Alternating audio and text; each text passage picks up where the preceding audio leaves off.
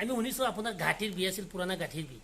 বহুদিন বিহত আপুনি অসমৰ বিভিন্ন ঠাইত ঘূৰি ঘূৰিছে, ভাল হোৱা নাই। আপুনি এই নেমছ আমাৰ নগাঁও যিটো নেমছ হস্পিটেল মেডিকেল কলেজ এই মোল্লাপুটি 2 নম্বৰত আহিছে, ইয়াত আপুনি আহি আৰাম পাইছে নেকি? ইয়াত আহি পেলাই বহুত জেগা ঘূৰিলোঁ, ঘূৰি পেলাই ইয়াত যেতিয়া নতুনকৈ তেওঁলোকে বহিলে, দুজন মানে মোক যেতিয়া ক'লে তেতিয়া মই ইয়াত আহিলোঁ।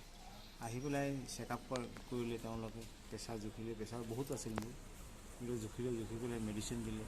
সেই এইটো মেডিচিন খাই পেলাই মই অলপ ভাল পাইছোঁ। আপোনাক কিমান দিনৰ মেডিচিন দিছিলে? এই কিমান মোক 15 দিনৰ মেডিচিন দিছিলে। আচ্ছা, ফাৰ্ষ্টত 15 দিনৰ মেডিচিন দিছিলে, এইটো খাই অলপ আৰাম হৈছিলে। এই মেডিচিন যেতিয়া শেষ হৈ গ'ল আকৌ আহিলোঁ, আকৌ তেওঁলোকে মেডিচিন দিলে, সেইটো খাই পেলাই এতিয়া মই আৰাম পাইছোঁ। দাদা কিছুমান ঔষধে চাইছোঁ ছাইড এফেক্ট আছে, এটা খালে আন এটা ৰোগ দেখা দিয়ে। এই ইলেক্ট্ৰোপাথি যিটো নেমছৰ আপুনি যিটো ঔষধ খাইছে তাতে কিবা অসুবিধা দেখা নাই, কোনো অসুবিধা পোৱা নাই। এইটো কাৰণে কোনো অসুবিধা পোৱা নাই। আপুনি এতিয়া দুখীয়া ৰাইজক কি ক'ব খোজে? দুখীয়া ৰোগী ইয়াত আহিলে বহুত হেল্প হ'ব। নেমছত আহিলে বহুত হেল্প হ'ব। কিয়? দুখীয়া মানুহৰ পইচা কম, এই কম পইচাতে তেওঁ দাৱাই লৈ যাব পাৰিব আৰু খাই পেলাই আৰাম পাব। এলোপেথি থাকি এইটো নেমছ হাস্পাতালৰ যিটো দাৱাই, সেই দাৱাইটো বহুত প্ৰমাণিক দাৱাই। আচ্ছা, আপোনাৰ ঘৰ ক'ত? মোৰ ঘৰ ইয়াতে 2 নং মোলাপতি। আপোনাৰ নামটো কি আছিল? দিলৱাৰ হুছেইন।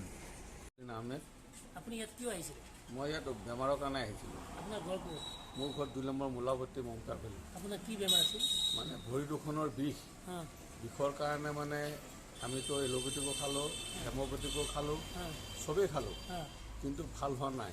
আচ্ছা, মানে এনেকুৱা কথাটো কৈ থাকোঁতে মানে ইয়াত যেতিয়া ফাৰ্মাচী খুলিলে, তাৰপিছত গৈ পেলাই আমি যেতিয়া আহিলোঁ ইয়াত বেমাৰটো দেখুৱাবৰ কাৰণে, ছাৰে এতিয়া 1 মাহৰ পৰা কৰি আছোঁ। ছাৰে যিখিনি মেডিচিন দিছে এতিয়া আমি আলহামদুলিল্লাহ আমি বহুত আৰাম পাইছোঁ আৰু আমাৰ টেনশ্যন নাই। আৰু মোৰ পৰিয়ালৰো কেইজনমান মানুহ যে নাৰ্ভৰ বেমাৰৰ কাৰণে যে বেমাৰ পৰি আছিলে বহুত দিনৰ পৰা, গুৱাহাটী নগাঁও চিকিৎসা কৰিছে, তেখেতসকলকো মই খবৰ দিলোঁ, বোলে আহকচোন, মোৰ বেমাৰ ভাল হৈ গ'ল যদি নিশ্চয় আপোনালোকৰ বেমাৰ ভাল হৈ যাব, আল্লাই কৰিলে, বোলে আহক। সেইকেইজনো আৰাম পাই গ'ল। আচ্ছা আচ্ছা, আপোনাৰ গোটেই বডিটো পেইন আছিল নে অনলি পেটত? নাই নাই নাই, মোৰ ভৰিটো গোটাই দিওঁ, নাৰ্ভৰ প্ৰব্লেম। মই মানে নামাজ পঢ়িব নোৱাৰোঁ। তাৰপিছত গৈ পেলাই মানে মাইকী মানুহৰ গাঁঠিটোৰ ওচৰত ফুলি গ'ল। ফুলি যোৱাৰ পিছত ইটালীৰ পৰা ডক্টৰ আহিল, তেখেতক দেখুৱালোঁ। তেখেতে ক'লে যে বিশেষ মেডিচিন দিলে, 4 দিনমান খোৱাৰ পিছত আৰু ফুলাটো কমি গ'ল।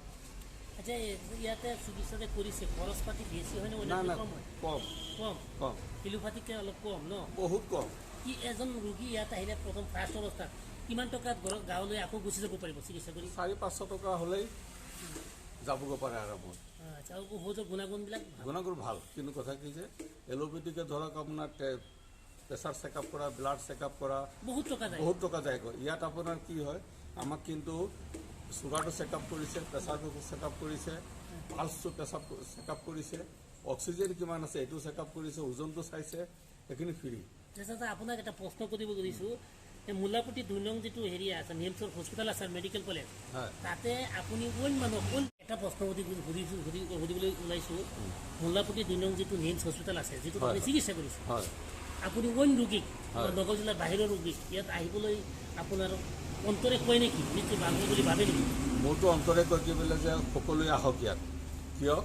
আজি আমি এই যিটো চিকিৎসা ল'ৰাকেইটাই কৰি আছে, মাছাল্লাহ আল্লাহৰ ওচৰত দোৱা কৰোঁ, আমাৰ ইয়াত বহুতখিনি মানুহ, বহুত মানুহ ইয়াত ভাল হৈছে, আৰু আশা কৰোঁ যেন আমাৰ ইয়াত আহিলে কিন্তু বহুত দুখীয়া মানুহ বাচি যাব।